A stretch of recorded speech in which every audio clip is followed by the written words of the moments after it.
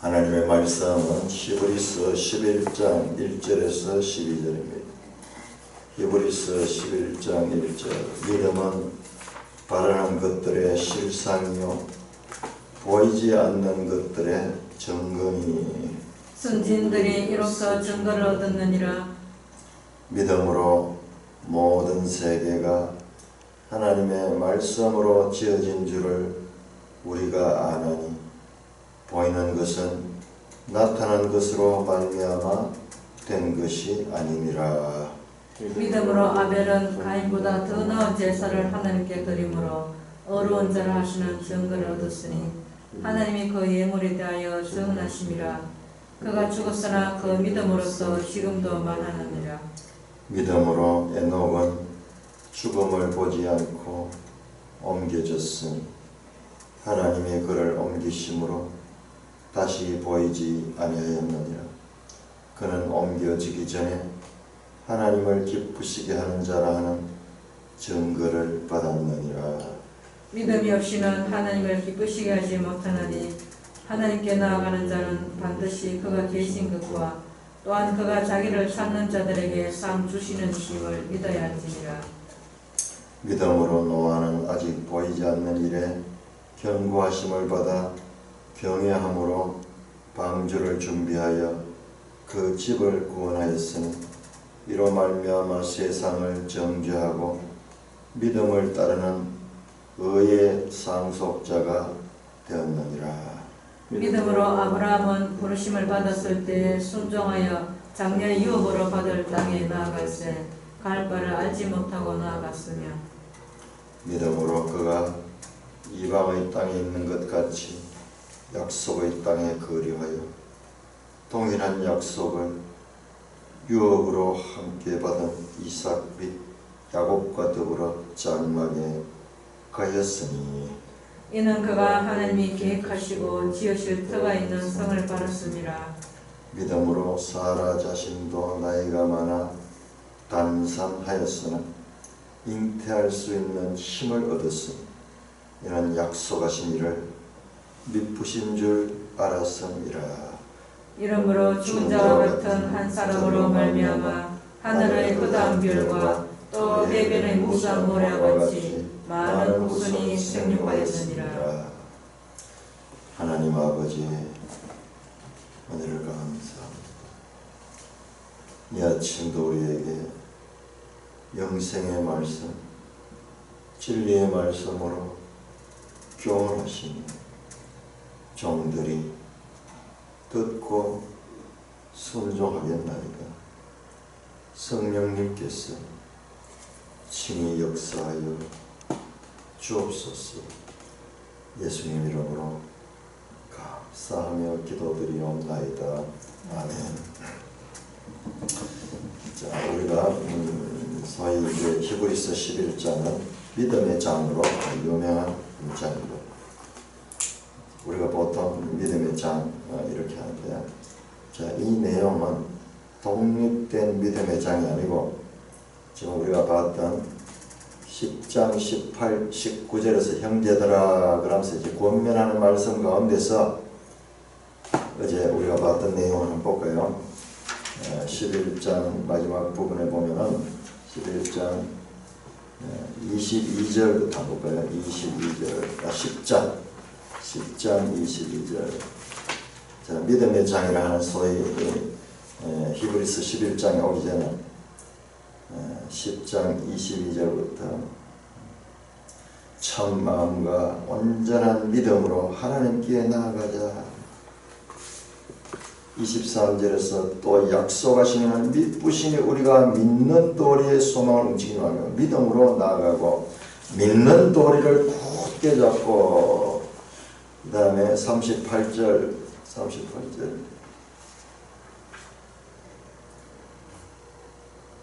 나의 의인은 믿음으로 말미암아 살리라 하면서 하박국서를 인용을 하고, 그 다음에 39절에서 우리는 믿음을 가진 자라 영혼을 구원함으로 이르는 믿음을 가진 자니라 그러면서 이제 믿음을 촉구하다가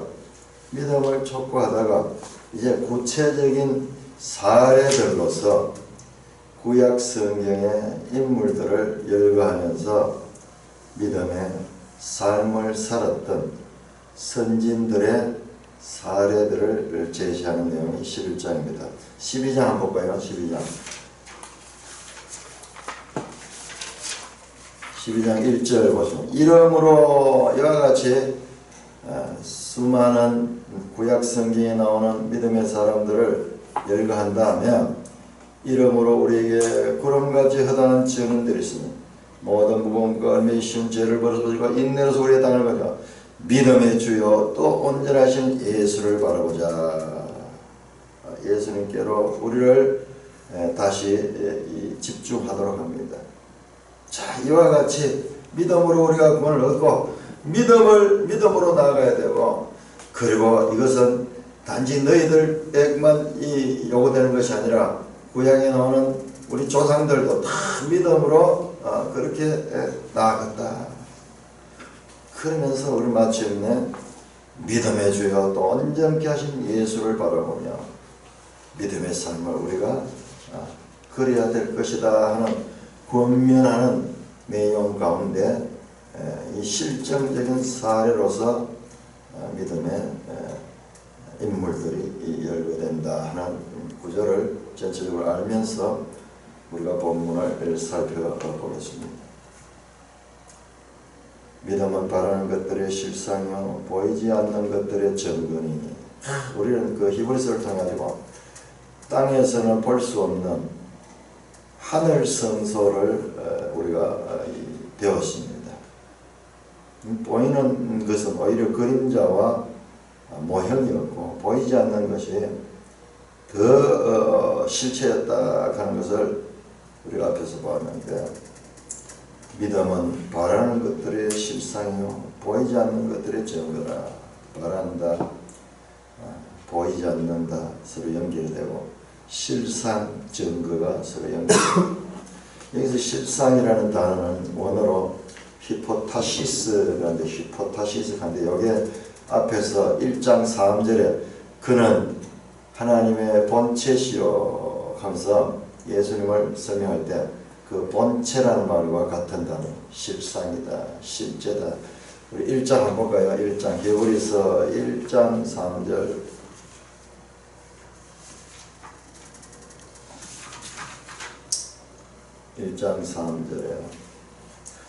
그는 하나님의 영광의 광채시요 그 본체의 형상이라 할 때 요 본체 여기에 같은 단어입니다. 리얼리티다. 리얼리티 실제다. 실제.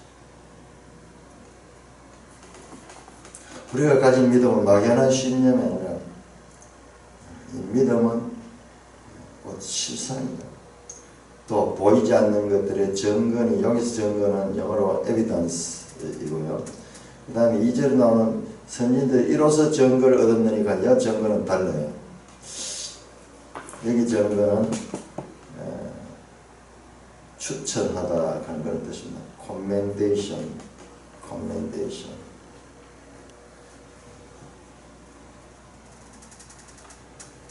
그리고 이게 원어로 마르티오 하는데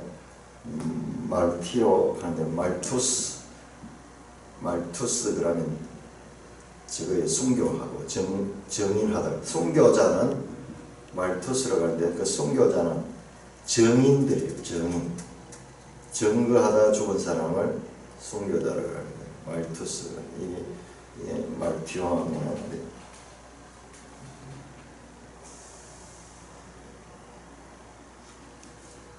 이와 같이 선진들, 믿음의 선진들은 이렇게 하늘부터 인정을 받았다 그렇게 보면 돼요.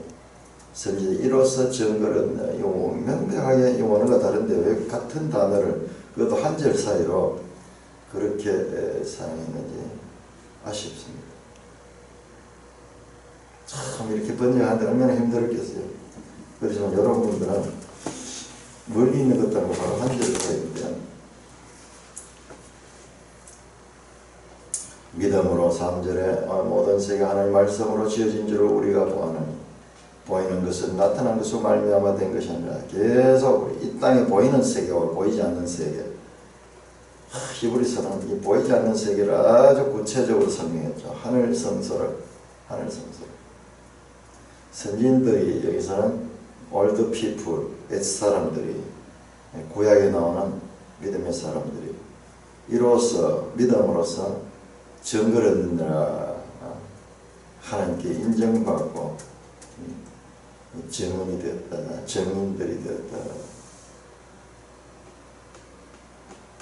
땅의 성소와 하늘 성소, 하늘 성소는 보이지 않습니다. 그리고 손으로 만질 수 없습니다.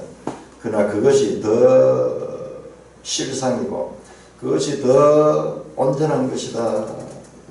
그 세상 사람들이 보지 못하는 그런 세계로 우리 그리스도인들은 믿음으로써 그 세계를 가지고 있고 그 세계를 믿는 자들입니다. 그냥 막연하게 자기 신념이 아니고요. 하나님의 말씀, 믿음으로 모든 세계가 하나님의 말씀으로 지어진 줄 안다. 우리가 어떻게 이 세상이 하나님께서 지은 것을 알 수 있느냐? 믿음으로, 하나님의 말씀에 나와 있는 그 말씀을 믿음으로 우리는 그렇게 압니다. 보이는 것은 나타난 것으로 말미암아 된 것이 아닙니다. 이 현상은 그 원인이 있다. 그 원인은 우리에게 보이지 않는다. 하나님도 보이지 않고 하늘 성소도 보이지 않고 나타난 것은 그의 만드신 물질세계인데요. 그 물질세계는 그 물질세계를 만드신 창조주가 있다는 것을 우리가 알아야 된다는 것입니다. 자, 우리 신명기 29장 보세요. 신비한 말씀이 나와요. 구약 성경에서도 신명기 29장 29절, 신명기 29장 29절, 신명기 28장은 28장 앞에서 쭉 준 법에 대해서 상벌조항이 나옵니다. 여호와의 같이 순종하면 복을 받고 불순종하면 저주를 받는다. 그리고 29장에 다시 이 모압 언약을 주시고요. 여기 모압 언약이 신비한 이야기예요. 쭉 해놔놓고 4절 보면 29장 4절 보면 그러나 깨닫는 마음과 보는 눈과 듣는 귀는 오늘까지 여호와께서 너에게 주지 않았다. 아니, 법을 지키면 복을 받고 불순종하면 저주를 받는다 하고 그러나놓고는 못 지킨다고 말하는 거예요. 하나님께서 못 지키는. 왜? 내가 아직까지 4절 보면 깨닫는 마음과 보는 눈과 듣는 귀를 여호와께서 너에게 주지 않았기 때문에 너희가 못 지킨다 하는 거예요. 그 못 지킬 법을 왜 줬느냐 하는 거야. 자, 그러니까는 하나님의 구속사는요, 이 하나님의 모형과 그림자 역할을 한다고 하는 것을 여기서도 이미 말씀하고 있는 거예요. 우리는 구약을 볼 때 이 하나님이 이 구약을 어떤 용도로 사용하는가 그걸 알아야 돼요. 자, 29장 29절 한번 보세요. 신비한 말씀이에요. 신약과 구약이 이렇게 연결되면 서로 그 뜻들이 이해가 되는데 29장 29절 아주 신비한 말입니다. 같이 읽겠습니다. 시작. 감추어진 일은 우리 하나님 여호와께 속하였거니와 나타난 일은 영원히 우리와 우리 자손에게 속하였나니 이는 우리에게 이 율법의 모든 말씀을 행하게 하심이라. 무슨 말씀이에요? 이 히브리서를 보니까 이 말씀이 이제 해석이 되는 거예요. 감추어진 일은 우리 하나님 여호와께다. 눈에 보이지 아니하고 그리고 아직 나타나지 아니한 이와 같은 우리에게 감추어진 일은 여호와 하나님께 속한 것이고 나타난 일, 현상계, 사물계, 보이는 우리가 손으로 만질 수 있고 눈으로 볼 수 있는 감각으로 인식할 수 있는 이런 것들은 영원히 우리와 우리 자손에게 속하였다. 이 인간에게 속하였다. 왜 그렇게 했느냐? 왜 그러면 나타나지 않는 이 일이 감추어진 일이고 나타나는 일이 이렇게 우리에게는 보이지 않는가? 이는 왜냐하면 우리에게 이 율법의 모든 말씀을 행하게 하십니다. 궁극적으로는 이렇게 했는 것도 하나님의 뜻입니다. 이 율법의 모든 말씀을 우리가 행할 수 있도록. 아직까지 행할 수 없어요. 듣는 마음과 깨닫는 마음과 행할 수 있는 믿음의 마음을 하나님께서 허락하지 않았어요. 그런데 이 모든 것들이 우리에게 율법의 모든 말씀을 행할 수 있도록. 우리 신약에서 나오잖아요. 이 율법을 자원해서 행할 수 있도록. 참 이 신명기 읽다가 이분 보고 너무 신기해서 히브리서를 보니까는 더 이제 뜻이 확 되는. 이 눈에 보이지 않는 이 세계는 하나님께 속한 세계다. 그러면서 이 현상 세계보다도 더 깊고 더 높고 더 좋은 것은 하나님께 속한 그와 같은 것이다. 자, 그럼 4절부터 이제 구약에 나오는 이름들의 구체적인 이름들을 대면서 그들의 믿음의 삶을 말합니다. 4절입니다. 믿음으로 아벨은 가인보다 더 나은 제사를 하나님께 드림으로 의로운 자라 하는 증거를 얻으신. 여기 증거는 2절에 나오는 그 증거예요. 선진들이 이로써 증거를 얻나 추천을 받았다 하는 그런 뜻. 이렇게 인정을 받았다, 하나님부터 인정을 받았다 하는 그와 같은 뜻이에요.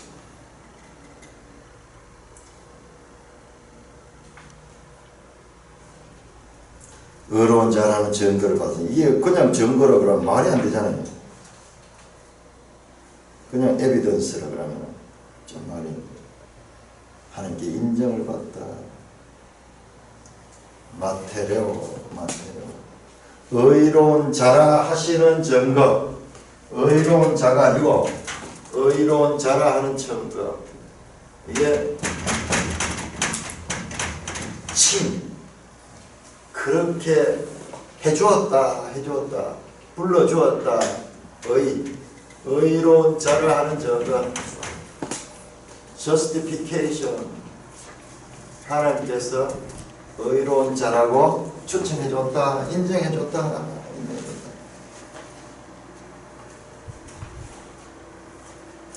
믿음으로 아벨은 가인보다 더 나은 제사를 드렸다. 이거 하나하나 골라 그러면 이거만 해도 시간이 많이 걸리겠죠. 창세기 4장에 나오는 그 내용입니다.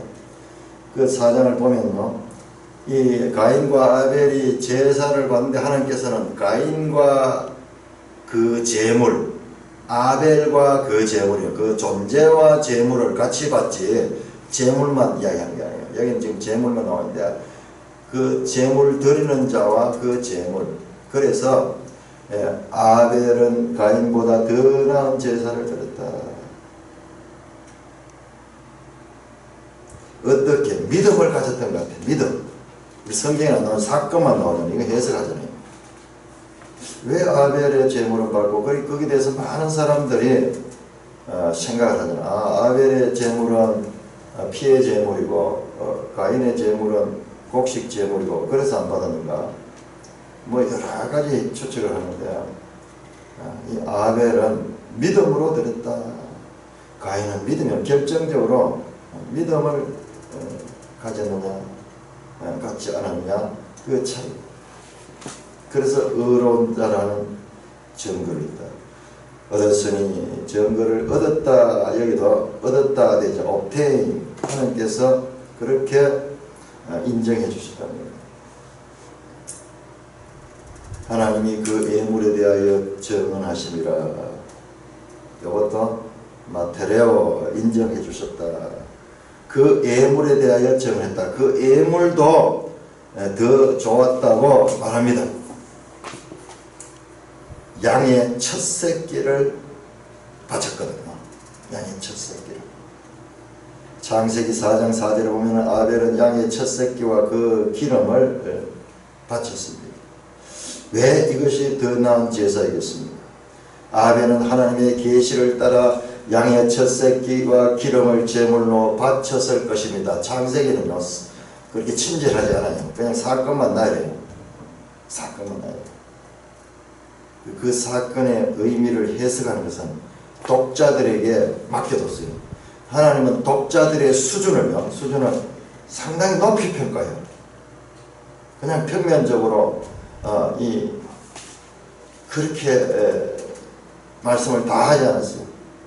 그냥 사건을 던져놓고 그 사건을 해석하는 능력을 가지고 특별히 구약 이것을 신약을 통해서 해석할 수 있도록 그렇게.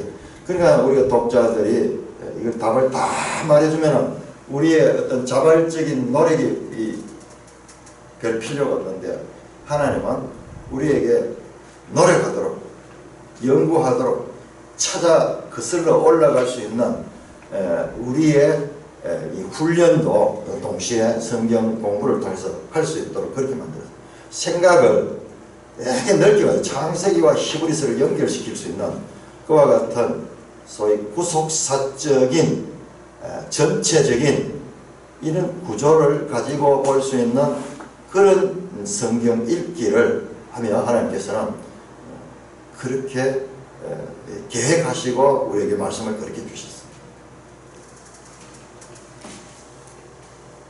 하나님께서 그 양의 첫 새끼 기름을 제물로 바치라고 하는 그 말씀을 따라서 바쳤을 것입니다. 왜 그러냐면 후대 모세의 제물에 나오면은 이게 나타나거든요. 모세에 보면은 양의 첫 양과 그 기름을 바쳐라 그러랍니다. 자, 우리 출애굽기 29장 13절.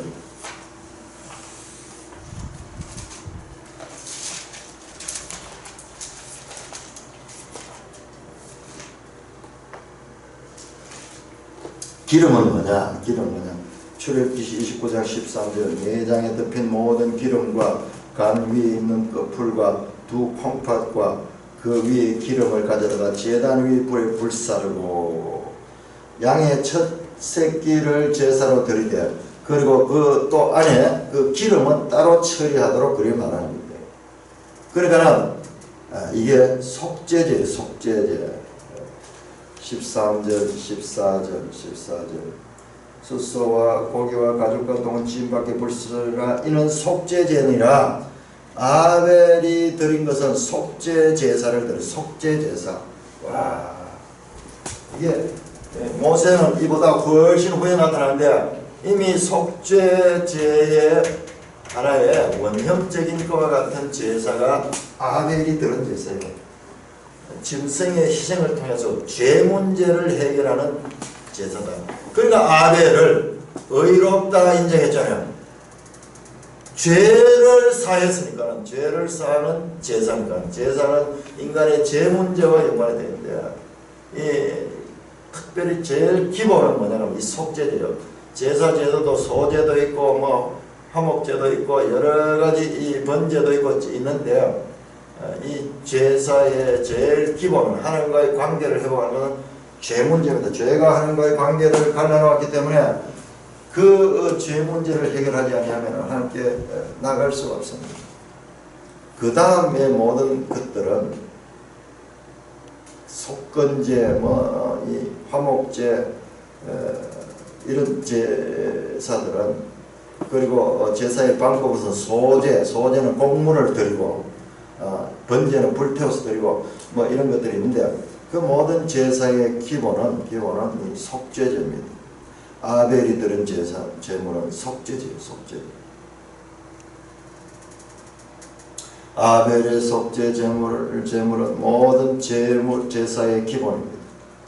아벨 당시에는 짐승의 고기를 먹지 않았습니다. 하나님께서 이 짐승을 먹게 하는 노아 홍수 이후입니다. 희생 제물은 장차 오실 예수 그리스도의 희생을 예표하는 것입니다. 가인이 드린 소제, 가인이 드린 소제는 땅의 사물로 드렸어요. 이건 모세법에 나오지만은 이는 먼저 드려야 할 제물이 아닙니다. 자, 한번 보세요. 아벨이 드린 제물은 사람의 손으로 만든 것이 아니에요. 농사했는 땅에서 땅의 소산은 사람의 노력을 통해서 만들어집니다. 땀 흘려서 이래서 나오네요. 그러나 양은 사람이 만든 게 아니에요. 하나님이 주신 생명으로 나온 거예요. 이건 하나님이 주신 거예요. 하나님 주신 거예요. 모든 것이 다 하나님이 주신 것입니다. 사람 자체도 그렇고 땅도 하나님 주셨습니다. 그렇기 때문에 모든 것은 하나님 주권이 하나님 주권. 그러나 이래서 거기서 소상을 얻는 것은 사람의 책임소리 됩니다. 그래서 사실 모든 것은 하나님의 손으로 지은 거지만요. 그런데 그 왜 사람의 손으로 지은 것을 이야기하냐? 그 사람의 손으로 지은 것은 그 하나님이 주신 것 안에서 적용되는 거예요. 적용되는 거예요. 이게 서로 대립되는 게 아니에요. 대립되는 게 아니에요. 그 속에 있지만은 그러나 죄인들의 노력을 통해서 되는 것 그 자체는 아직도 죄로 오염이 돼요. 죄로 오염이 돼요.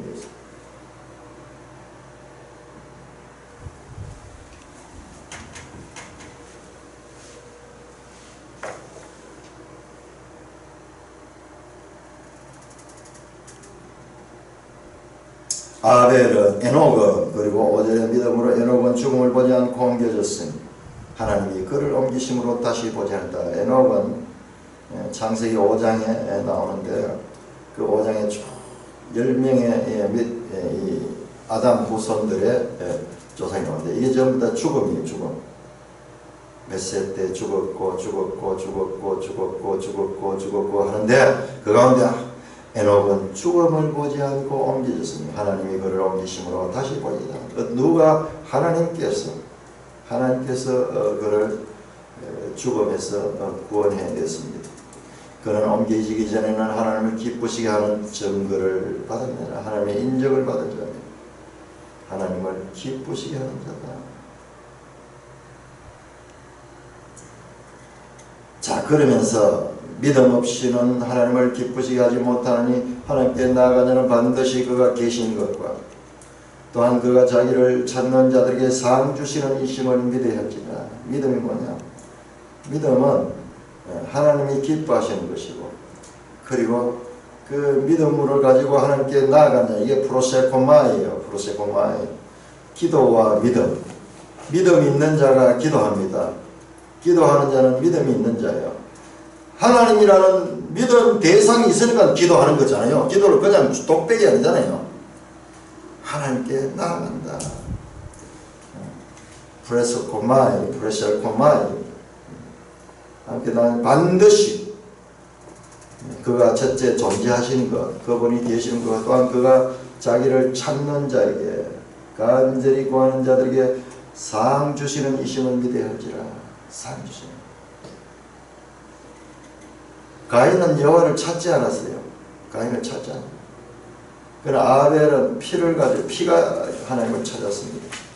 그리고 그 셋의 후손, 아벨 대신 주신 그 셋의 후손들이 여호와를 찾아 그때 이들이 여호와의 이름을 불렀더라. 창세기 4장 26절에 나옵니다. 자기를 찾는 자들에게 상 주시는, 보상해 주시는 분이다. 보상해 주시는. 이 상 주제도 보세요. 앞에서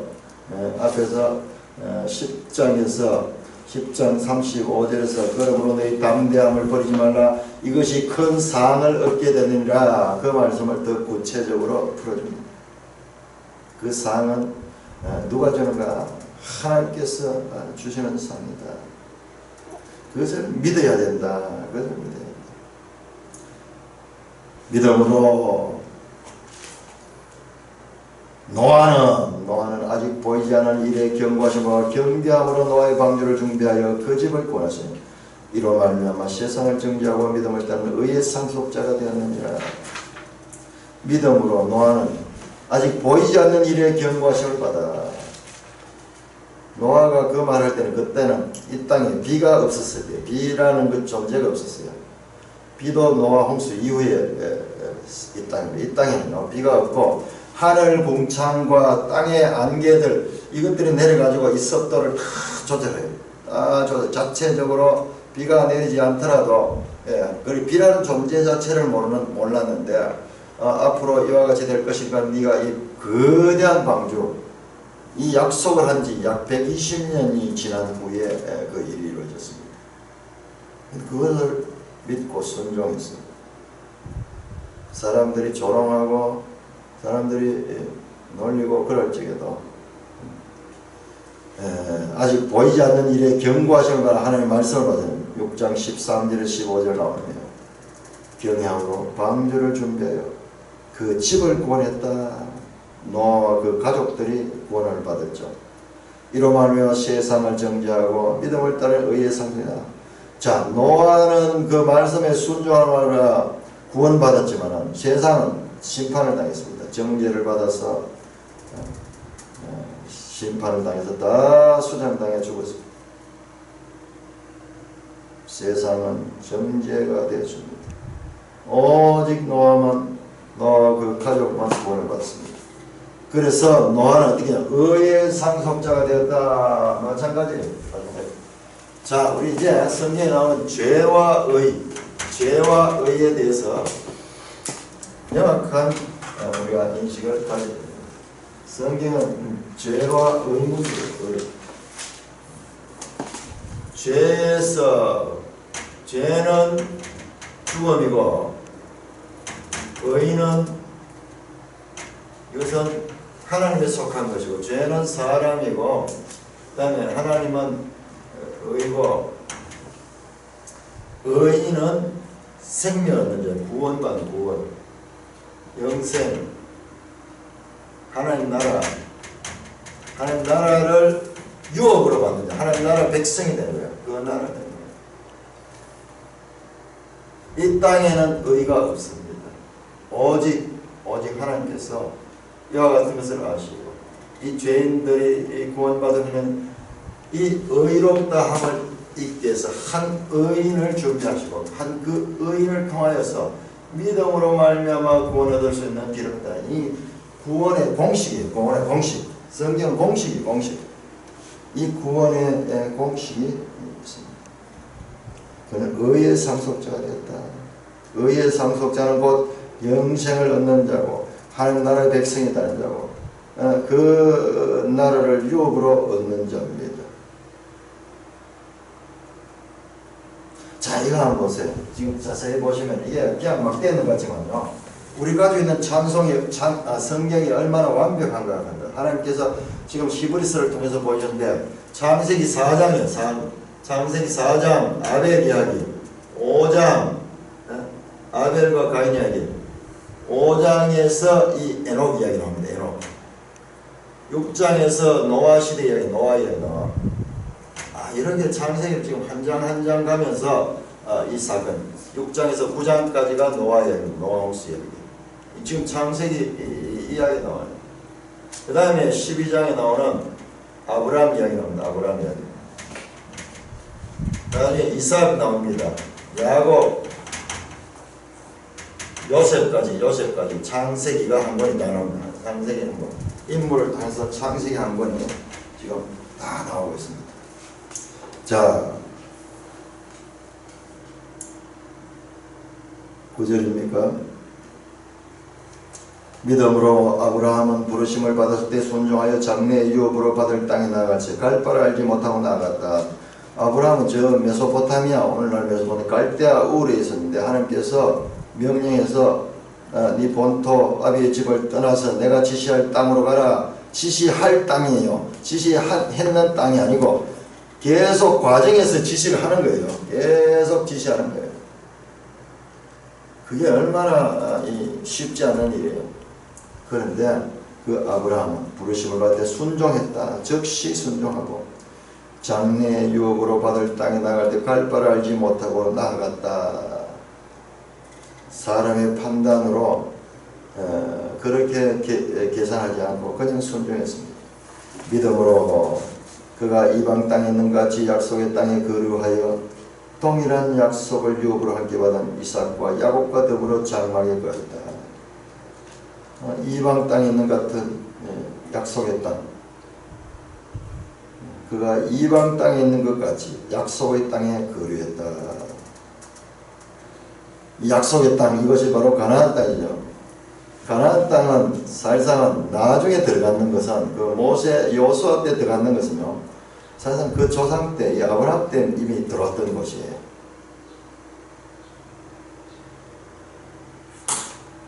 그 약속의 땅에 거류합니다. 동일한 약속을 유업으로 함께 받은 이삭 및 야곱과 더불어 장막하였다. 아마도요, 이삭은 말할 것도 없고 야곱도 아브라함을 봤을 거예요. 3대가 같이 살았을 겁니다. 그래서 더불어서 나는 아브라함과 이삭과 야곱의 하나님이다.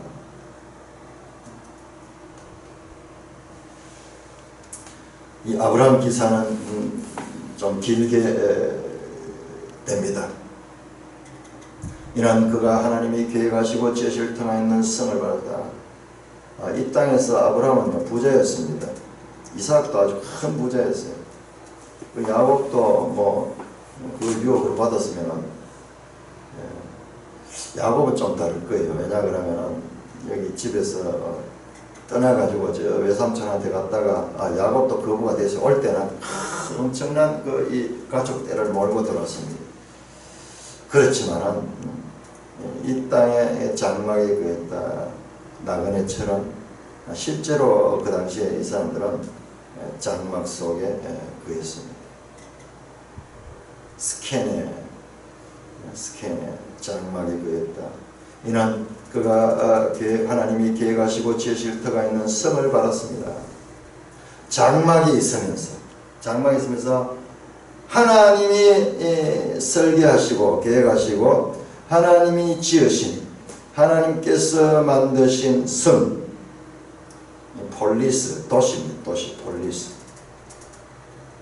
이것은 하나님이 지으신 것이고 장막은 사람이 지은 것입니다. 사람이 손으로 지은 이 땅에서 영원한 하나님이 지으신 그 집을 소망하는 거예요. 이게 우리 인생입니다. 육체의 몸, 이 장막집은 곧 무너질 것이에요. 다 나중에 죽고 썩어져 없어질 거예요.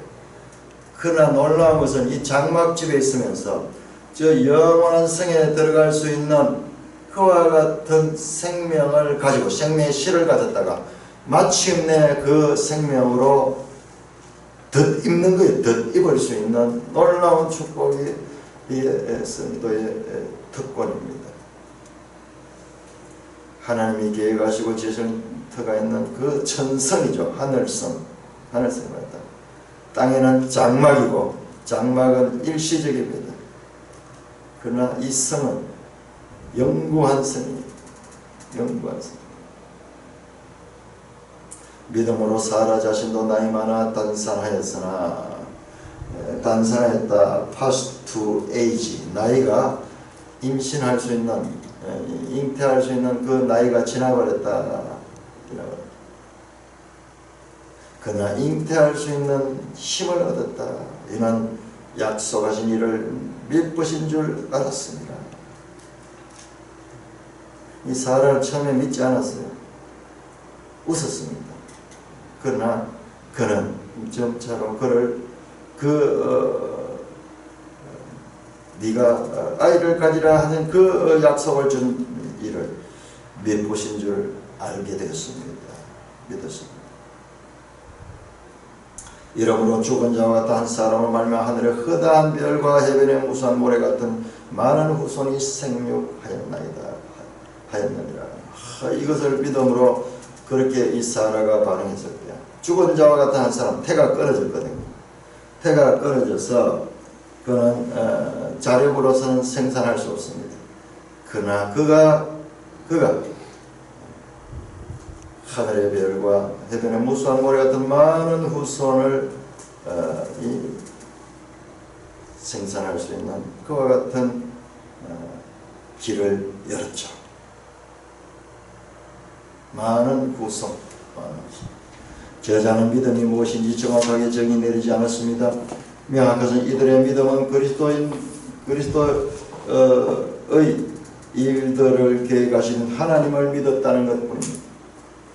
이들이 하나님을 믿는 것은 그리스도를 믿는 것과 어떤 의미가 관계가 있는지에 설명이 없습니다. 믿음은 신약 시대는 구원에 이르는 믿음으로 아주 중요한 주제입니다. 히브리서 전체 맥락에서 보면 이들은 그리스도와 관련된 약속의 시대에 살았습니다. 그런 의미에서 이들의 믿음은 그리스도를 믿는 믿음과 관련되어 있다고 말씀합니다. 그리스도와 관련된 약속이죠. 지금 이 아브라함 이 사라를 통해서 나오는 많은 후손 이 속에 그리스도가 포함되어 있죠. 이 믿음의 장에서도 예수 그리스도의 희미한 그림자가 나타나고 있습니다. 자, 11장 13절에서 22절까지 교도가 있습니다. 11장 13절.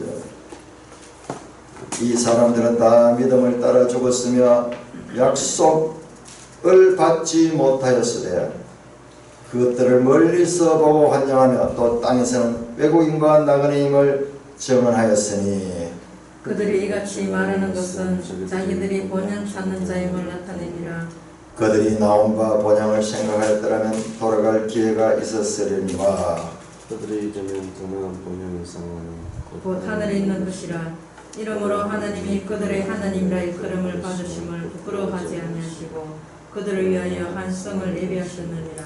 아브라함은 시험을 받을 때 믿음으로 이삭을 드렸으니 그는 그 약속들을 받은 자로 돼 그 외아들을 드렸느니라. 그에게 이미 말씀하시기를 내 자손이라 칭할 자는 이삭으로 말미암으리라 하셨으니 그가 하나님이 능히 이삭을 죽은 자 가운데서 다시 살리실 줄로 생각한지라.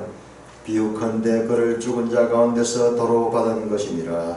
믿음으로 이삭은 장차 있을 일에 대하여 야곱과 에서에게 축복하였으며 믿음으로 야곱은 죽을 때 요셉의 각 아들에게 축복하고 그 지팡이 머리에 의지하여 경배하였으며 믿음으로 요셉은 임종시에 이스라엘 자손들이 떠날 것을 말하고 또 자기 뼈를 위하여 명하였으며 이 사람들은 아브라함과 이삭과 야곱 사라를 말합니다. 이게 지금 아브라함을 이야기하는 속에 있기 때문에 여기서 이 사람들은 아브라함과 이삭과 야곱 그리고 사라입니다. 이 사람들은 다 믿음을 따라 죽었으며 약속을 받지 못하였으되 이 말이 좀 이상한데 약속을 다 받았잖아요. 약속을 받고 약속이 있어야 믿음이 있지. 이 약속한 것이 the things promised 약속한 것을 그러니까 약속이 성취되는 것을 보지 못했다 이 말이요. 약속을 받지 못했다 이 말이 그 말입니다. 약속한 것을 이루어지는 것을 받지 못했다. 그냥 하늘의 별과 같고 바다의 모래 같은 후손에 대한 약속은 받았지만 그 약속이 이루어진 걸 못 받잖아요. 사라는 이삭 한 명밖에 못 낳았잖아요. 아브라함도 약속만 받았지 하늘의 별과 땅의 모래 같은 자손에 대한 것은 약속이지 그것이 다 이루어진 걸 보지 못했잖아요. 그렇지만 그들이 그것들을 그 약속한 것을 멀리서 보고 환영하며 또 땅에서는 외국인과 나그네임을 증언했다. 그러나 그 약속들이 이루어질 것이라는 것을 그것을 멀리서 보고 환영하면서 또 땅에서는 외국인과 나그네임을 증언했으니 고백했다 그런 말이에요. 이 고백은 그냥 말이에요. 실제예요. 실제. 봅시다. 창세기 23장 4절 창세기 요거 한 장을 제대로 읽어내려 그러면 제대로 이 설교하기 위해서 첫째 본문을 원어적으로 살펴봐야 되고 본문을 여러 번 읽고 그 다음에 원어를 분석해야 되고 그 다음에 이 말씀이 어떤 맥락에서 나온 걸 알라 그러면요 시간이 얼마나 많이 걸리죠. 한 달락을 가지고 하루 종일 해도 안 됩니다. 더 깊이 하려면 일주일을 해야 돼요. 일주일. 자, 23장 4절 4절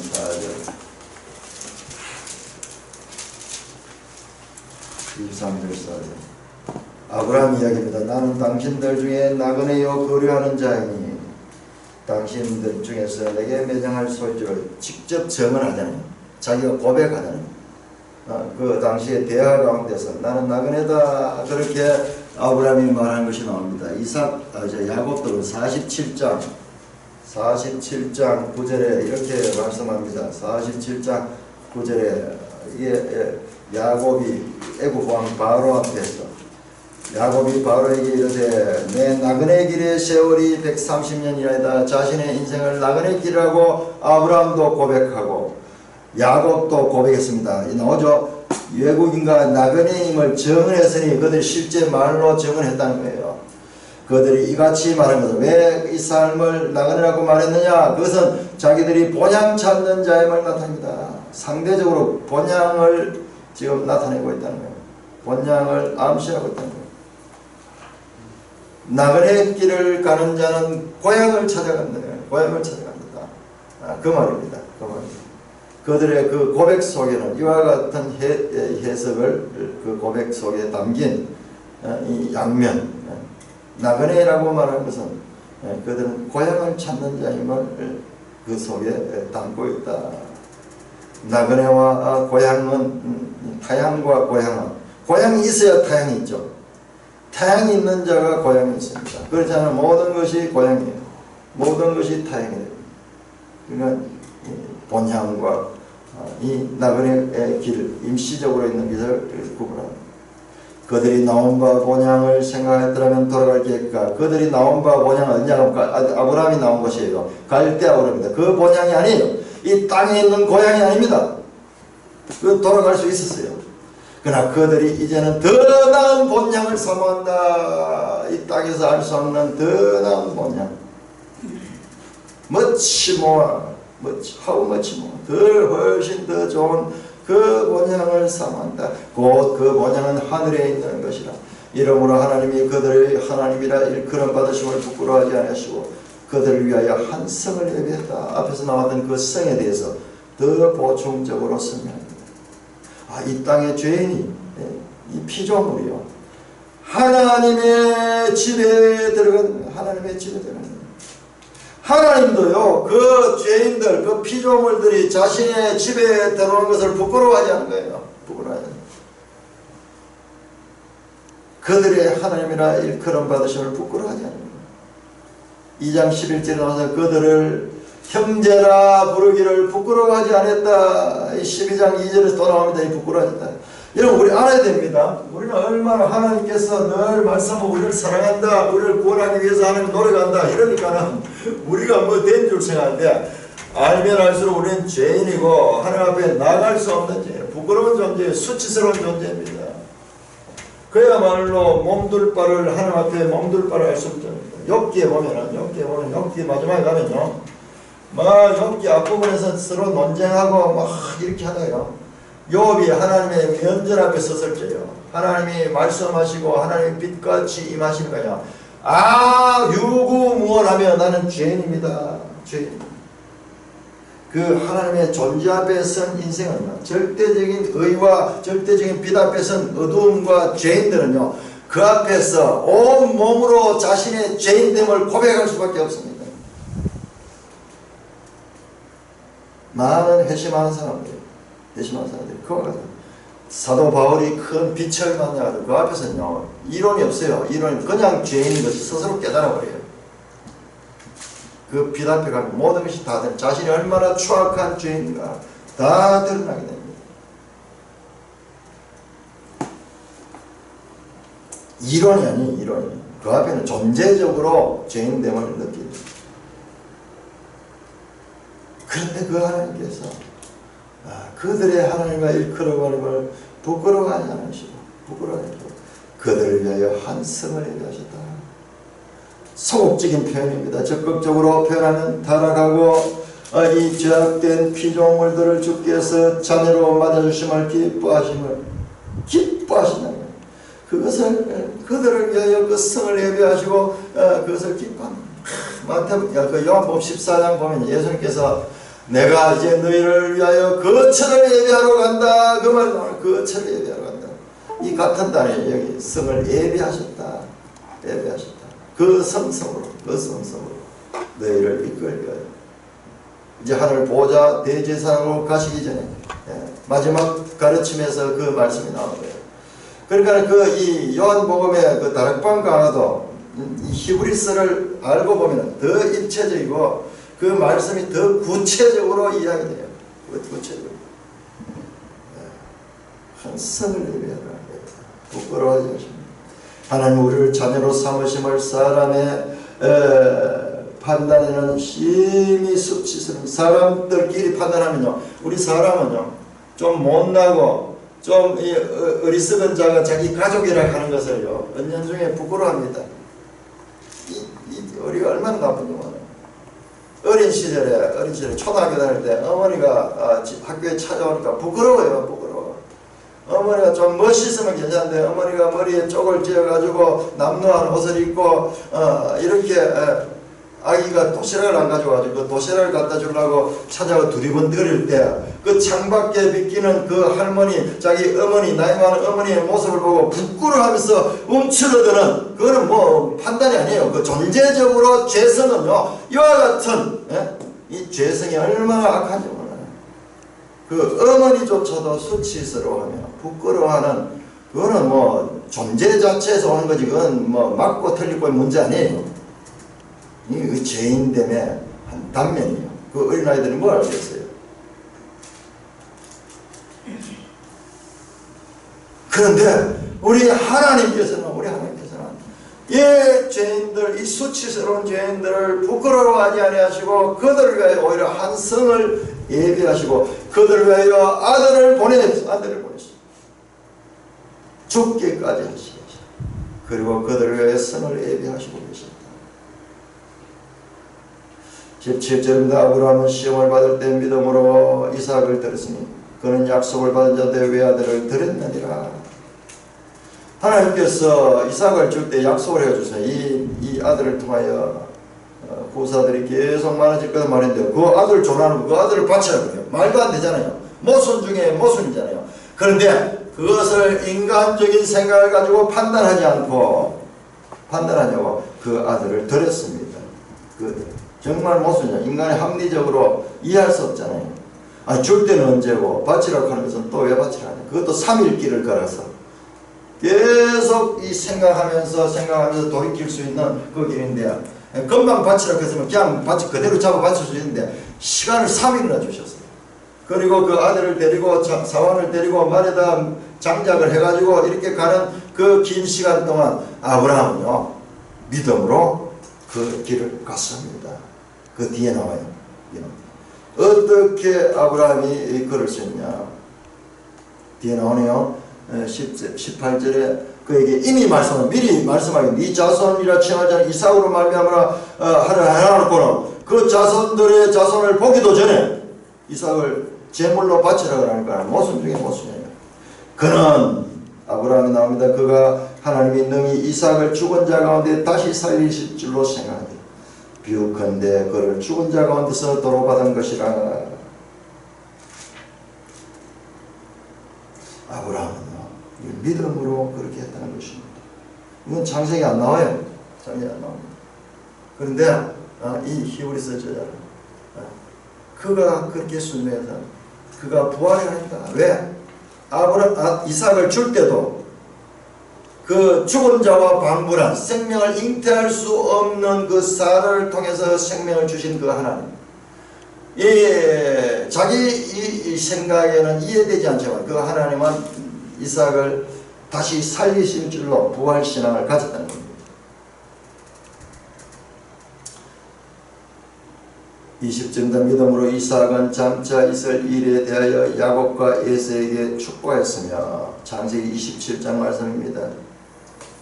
그 아들에게 축복했습니다. 믿음으로 야곱은 죽을 때 요셉의 각 아들에게 축복하고 요셉의 두 아들 에브라임과 므낫세에게 축복했죠. 그 지팡이 머리에 의지하여 경배하였으며, 믿음으로 요셉은 임종시에 이스라엘 자손들이 떠날 것을 말하고 또 자기 뼈를 위하여 명했다. 뭐라고 명했는지 아세요? 자, 창세기 50장 봅시다. 창세기 50장. 히브리서는 한 말씀도 애매한 말이 아니라 정확한 말씀인데 우리의 성경을 전체적으로 모를 때는 이게 되게 어려운데 알고 보면 이보다도 더 확실한 책이 없어요. 창세기 50장 24절에서 25절 마지막이네요. 창세기 마지막이 그 이야기예요. 요셉이 그의 형제들에게 이르되 나는 죽을 것이나 하나님이 당신을 돌보시고 당신들을 이 땅에서 인도해내사 아브라함과 이삭과 야곱에게 맹세하신 땅에 이르게 하시라 하고, 요셉이 또 이스라엘 자손에게 맹세시켜 이르기를 하나님이 반드시 당신들을 돌보시니 당신들은 여기서 내 해골을 메고 올라가겠다 하라 하였더라.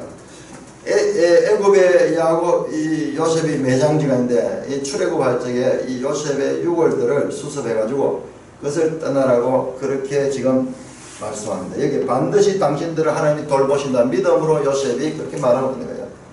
그 실제로 보면 출애굽 보면요. 출애굽할 때 이 요셉의 뼈를 수습해서 가는 장면이 나옵니다. 우리가 이런 부분들을 성경을 소홀하게 보시면 돼요. 그래서 한마디도 한 단어도 소홀히 기록된 게 없어요. 이렇게 믿음으로 갔다. 저자가 이들의 믿음의 증거로 언급한 내용들은 구약 성경 기록과 비교해보면 지극히 단편적입니다. 구약 성경 보면 여러 가지 사건이 나는데 여기는 그런 내용 아무도 없어요. 아브라함이 그렇게 잘 믿었습니까? 안 그랬잖아요. 불신하고 그리고 실수하고 이삭도 그렇고 야곱도 그렇고 이 요셉도 그렇죠. 요셉은 어린 시절에 교만해가지고 형들 앞에서 그런 교만했던 그 형으로 미움을 받는 그런 사건들이 다 있어요. 근데 그런 내용 하나도 안 써놓고 지극히 단편적으로 믿음으로 살았던 것처럼 그렇게 말하고 있습니다. 각 사람이 그 믿음과 함께 보였던 불신과 죄와 인간적인 약점들은 하나도 고려하지 않는 분식 회개처럼 보입니다. 역사를 너무나 아름답게 해가지고 조상들을 미화시켜가지고 그렇게 썼는 책같이 보이기도 합니다. 그러나 그것은 성경을 잘 몰라서 그런 거예요. 이 점은 죄와 허물거리고 인간적인 실수들은 그리스도의 희생적 자기 제사에 근거하여 하나님에 의해 전적으로 없는 것으로 취급되고 있기 때문에 그런 것입니다. 전부 죄투성이에요. 그러나 그것은 그리스도 안에서 의롭다 함을 받아서 칭의를 받아서 다 덮어졌습니다. 다 덮어졌습니다.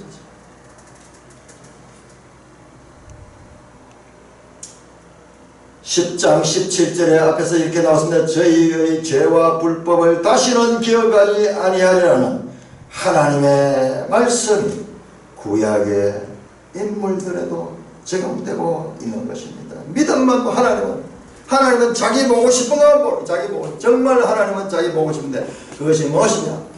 그 인간적인 죄와 허물과 그 실수투성이 인간들에게 그 믿음으로 살았던 것만을 기억하시며 그들을 하나님의 백성으로 삼아주시는 이 하나님에 대한 이해, 우리를 부끄러워하지 않으시고 또 그 가운데서도 믿음만을 보시고 그 불신의 세월들, 실수의 세월들, 죄된 세월들을 기억하지 아니하시는 이 하나님을 우리는 이 장에서도 우리 스스로 발견해낼 수 있습니다. 이건 여기 성경에 안 나와 있어요.